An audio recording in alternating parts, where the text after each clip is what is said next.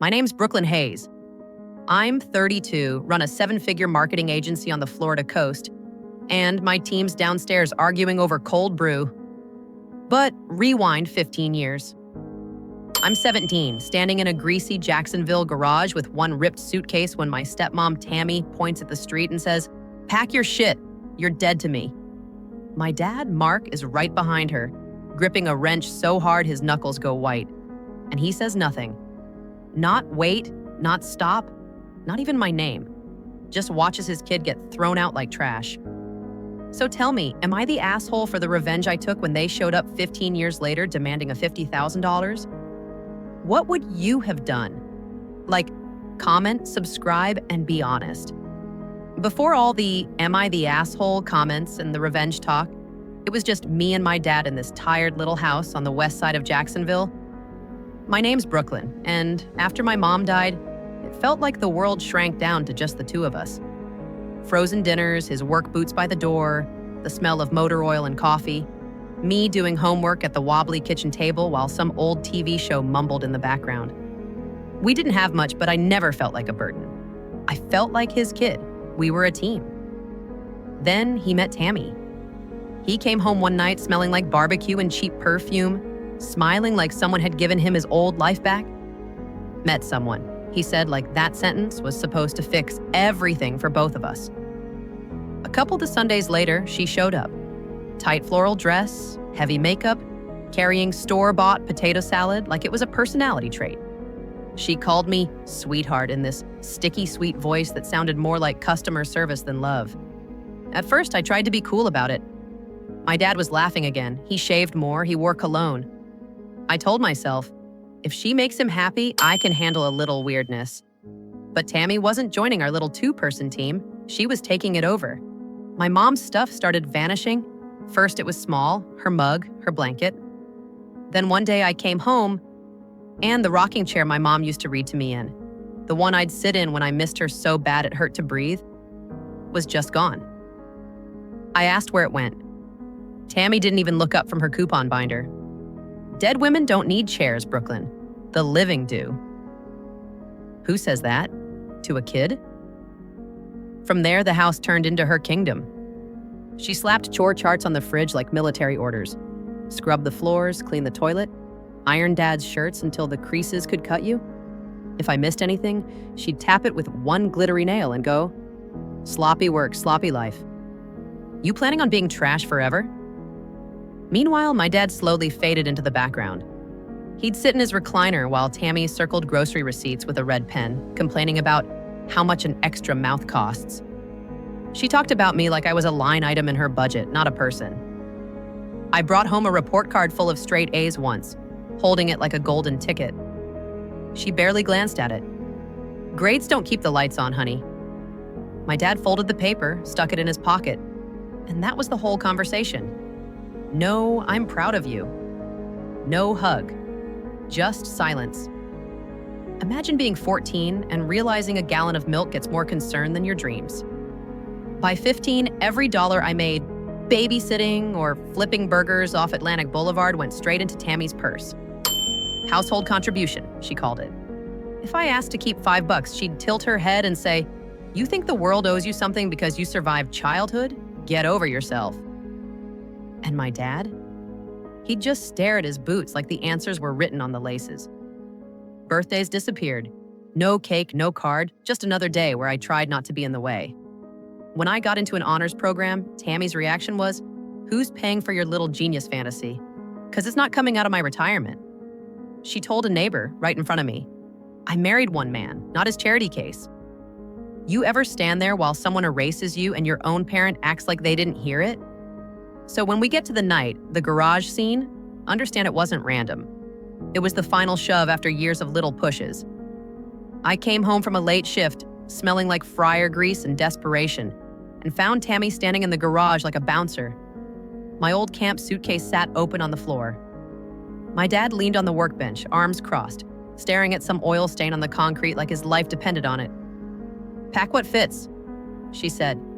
"You're leaving tonight."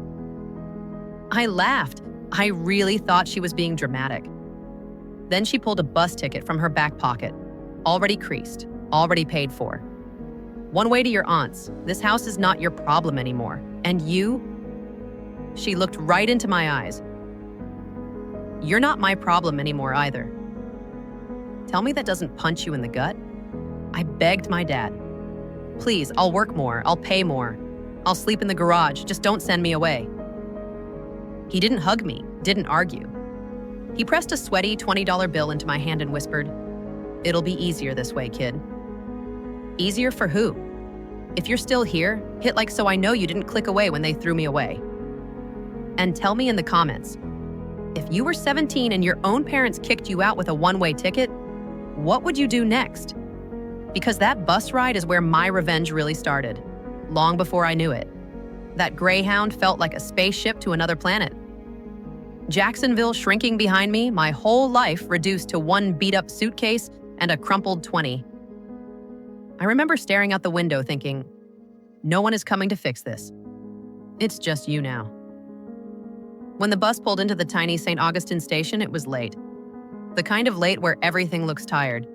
There were maybe 3 cars in the lot. One of them was this old Honda with a dented door, headlights still on. And leaning against it was my Aunt Lisa. Flannel pajama pants, messy bun, no makeup. She looked like she'd left the house the second someone called her. The second she saw me, she didn't wave. She didn't ask questions. She just ran. She hugged me so hard I couldn't breathe for a second. And for the first time in years, I didn't want to. I wanted to stay right there in that hug and never move. I didn't cry in the garage. I didn't cry on the bus. I broke in that parking lot in her arms under those harsh station lights. She didn't say, "What did you do?" Or, "Why didn't you try harder?" She just said, "You're here, you're safe, I've got you." Do you know what that does to a kid who just got told she's not my problem? We drove to her little bungalow near the historic district. The house was small, cluttered, warm, plants that needed watering, mismatched furniture, a fridge covered in magnets and crooked photos. It felt like love had lived there a long time.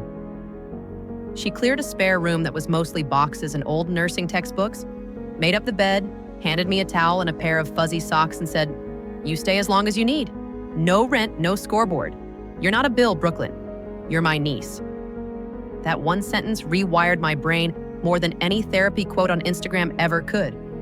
The next days were a blur of paperwork and newness. New school, new teachers, new bus route. I walked in feeling like the thrown away kid. I ate alone at lunch, pretending to be busy on my phone so I wouldn't look as pathetic as I felt. Then one day, a girl dropped her tray across from me and said, "You look like you're trying not to cry over algebra." "I'm Riley. I'm good at it. You want help or you want to suffer?" That's how I met my first real friend. Riley didn't care about my baggage. She cared if I showed up to study sessions. She texted me reminders, dragged me to the library, talked me through homework and panic attacks. She'd shove a notebook in front of me and say, "You don't get to quit. I already decided you're smart." My grades started climbing again. Aunt Lisa would come home from 12-hour shifts with swollen feet and still ask, "How'd the test go?" If I said, "I passed," she'd light up like I'd won a medal. She taped my good grades to the fridge, like proof. Proof I wasn't a burden. I was potential. Tammy used to say, "Grades don't pay the electric bill." Lisa said, "Grades are how you never end up begging anyone like her for money." Big difference. I picked up a part-time job at a beach cafe, pouring lattes for tourists who complained about sand in their shoes. Compared to Tammy, customers were easy. They said thank you when I handed them what they asked for. I started dropping my tips into a jar labeled future. Couldn't even bring myself to write college yet. That felt too fragile. Senior year, I turned scholarship applications into a second job. Essays, forms, recommendations, the whole circus. Riley camped at our kitchen table with me, red pens and highlighters everywhere. Aunt Lisa sat with us on her days off, reading drafts, Googling things, saying, "If there's money out there for kids who survived hell and kept going, we're gonna get you some." And we did. A full-ride scholarship to a state university, majoring in marketing. When I got the letter, I just stared at it, waiting for the prank. Lisa ripped it open, read it, screamed, then cried. She framed that letter and hung it in the hallway. Every time I left the house, I walked past proof that I was not trash. I was going somewhere. College was messy, but in a good way. I commuted to save money, driving Lisa's rattling Corolla that sounded like it might fall apart at red lights. I worked at the campus bookstore, stacking overpriced textbooks and watching what ads and displays people actually stop for. Marketing in real life. Then I landed an internship at a tiny local agency. 4 desks, mismatched chairs, old computers, but they handed me a client, a little coffee shop that was struggling. I ran their social media, tweaked their branding, played with captions and photos. Their followers went up. Then their sales went up. That feeling, seeing numbers move because of something you created? It was addictive. I started freelancing, websites, social media, branding, for small businesses that could never afford the big guys. Late nights, cheap noodles, too much coffee. Riley did graphics, I did strategy. We split the money and the stress. By the time I graduated, debt-free somehow, I had a client list and a portfolio. Instead of begging for a job in someone else's agency, I rented a tiny office above a coffee shop in St. Augustine. 1 desk, 1 laptop. One girl who still remembered exactly how it felt to be told she'd never be worth the cost of apples and milk. Fast forward a few years. My little solo operation turned into an agency with a real team, real retainers, retreats, an office with ocean views, a 7-figure business built from every scar they gave me. And the wild part?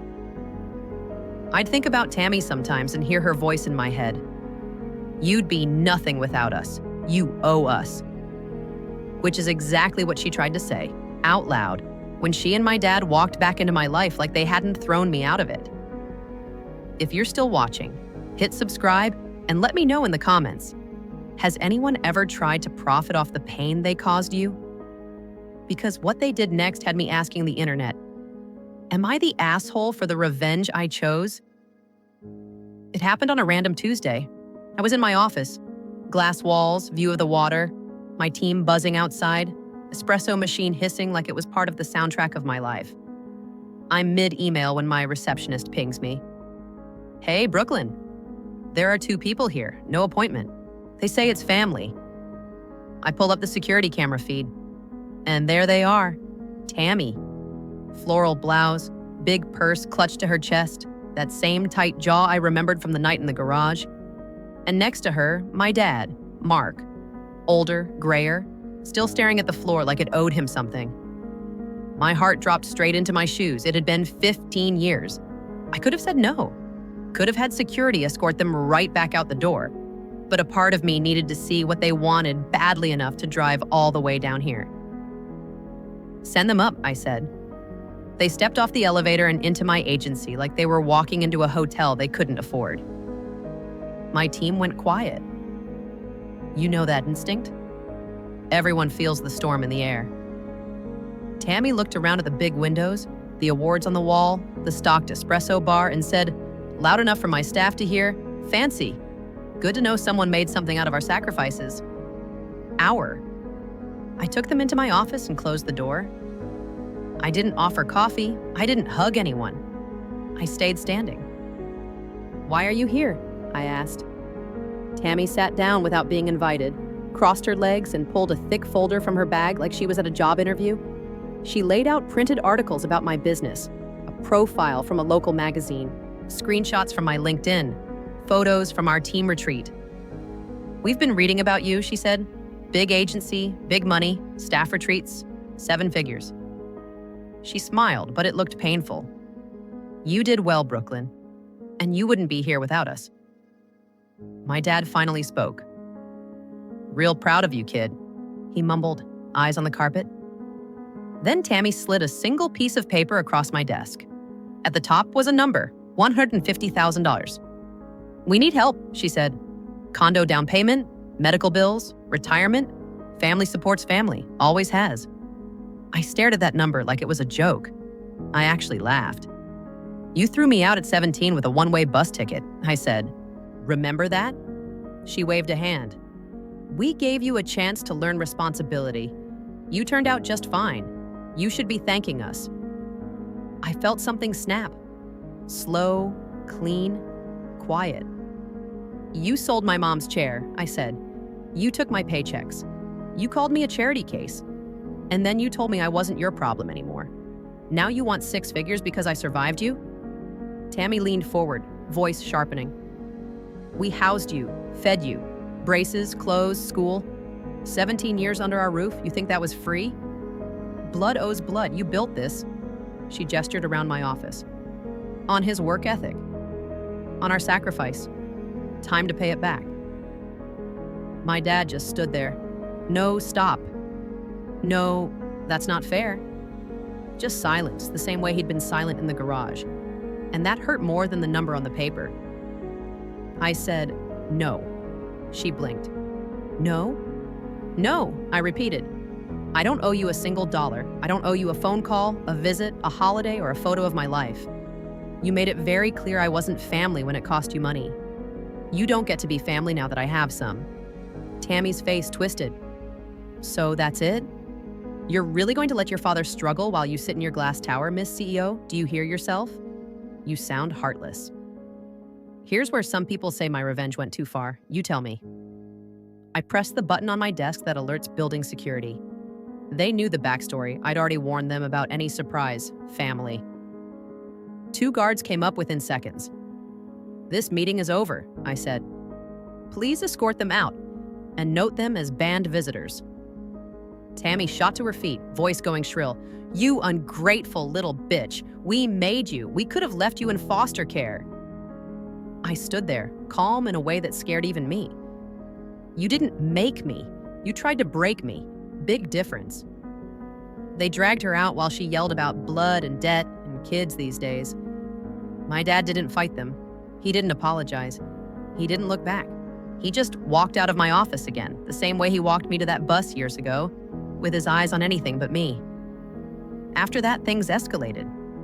She started blowing up old numbers, emailing from weird accounts, showing up places she thought I might be. So I did what Tammy never expected. I went to a lawyer.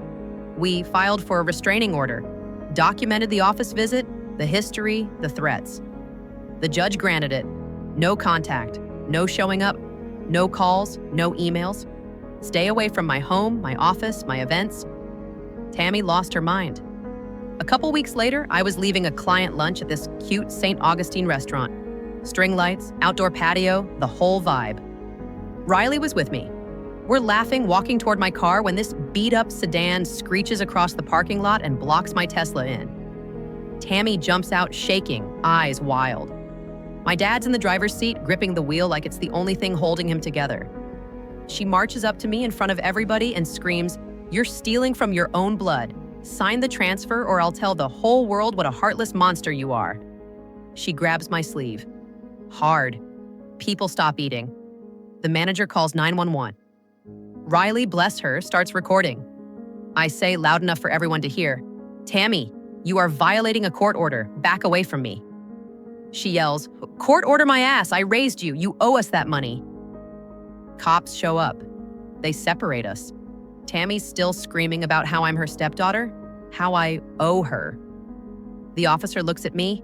I show him the restraining order, show him the footage from the office, and he just nods. They cuff her. Right there in the parking lot under the fairy lights. She looks at my dad and shrieks, "Tell them who she is. Tell them she's yours." He doesn't say a word. She pled no contest later. Harassment, violating the order. Fined, on probation. The no contact terms got even stricter. Next time, she'd go to jail. People ask if that felt like revenge. Honestly, my revenge wasn't watching her get cuffed. My revenge was building a life where she has zero access to me, my money, my peace, or my future. Tammy and my dad are gone from my life now. No calls, no texts, no surprise visits. Just silence. And you know what? Silence is peaceful when you grew up with weaponized noise. So here's my question to you, and I want honest answers in the comments. When your parents throw you out at 17, then show up 15 years later demanding $150,000 because blood owes blood, and you shut them down with lawyers and boundaries, am I the asshole? Or is that just what real revenge looks like? Protecting yourself so hard that the people who broke you never get to profit from the pieces you rebuilt. If you've watched or listened this far, like the video, share it with someone who needs permission to set boundaries, and drop your take below.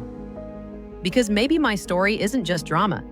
It's proof that you're allowed to choose your family, protect your peace, and say no, even to the people who gave you their last name. So that's where I'm at now. I've got this life I built with my own 2 hands, 0 help from the people who were supposed to protect me, and a legal wall between me and the chaos that raised me. And even with all that, part of me still lies awake some nights and thinks, am I in the wrong? Was I too cold? Too harsh? Should I have written a check just because we share DNA? Or is it okay to say, you lost access to me the night you chose money and control over love? Here's what I've learned. You are not an open tab for anyone's guilt. You do not owe people a payout for surviving the pain they caused. And family is not a free pass to violate your boundaries forever. My revenge wasn't the restraining order. My real revenge was healing enough to choose myself, even when the guilt kicked in. If you've ever had to walk away from your own blood, tell me your story in the comments. Do you think I went too far or not far enough?